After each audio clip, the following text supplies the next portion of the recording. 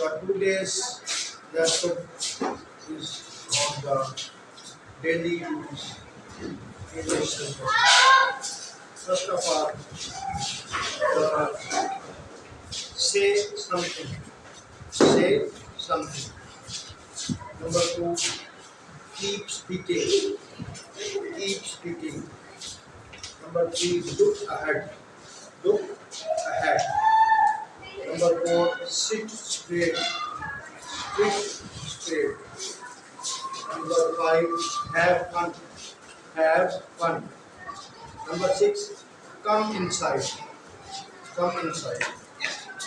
Number seven, sit down. Number eight, be silent.